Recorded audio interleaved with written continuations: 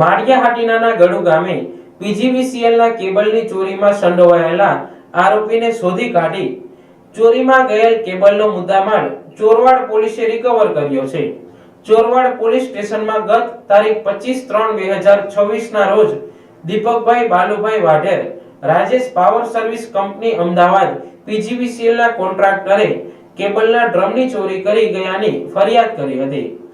Chorwad police સ્ટેશનના સ્ટાફની અલગ-અલગ ટીમ બનાવી જરૂરી માર્ગદર્શન અને સૂચના આપી ટીમને અલગ-અલગ દિશામાં રવાના કરેલ.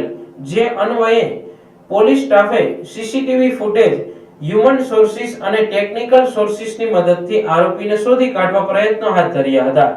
ચોરીના ગુનામાં વપરાયેલ બોલેરો જીપના ડ્રાઈવરની અટક બાદ કરવામાં આવેલ પૂછપરછ દરમિયાન ઇલામુદ્દીન ઇબ્રાહીમભાઈ ઈસાકાણી રહેવાસી સુપાસીવાડાને ચોરીના બનાવના આરોપી તોસીફ જમાલ કેશોર રહેવાસી ગામ પાલડી હોવાનું જણાવ્યું હતું. વધુ તપાસમાં પીજીવીસીએલ કેબલ આશરે મીટર 2700 જેની કિંમત ₹4,17,447 મહિન્દ્રા કંપનીનું પિકઅપ વાહન બોલેરો જેના રજિસ્ટર નંબર GJ32T7257 કિંમત ₹2,50,000 સહિત મુદ્દામાલ કબજે કરેલ છે.